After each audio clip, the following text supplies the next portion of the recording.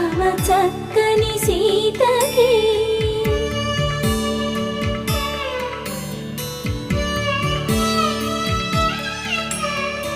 ఎర్ర జాబిలి చేయి రాముడేడని అడుగుతుంటే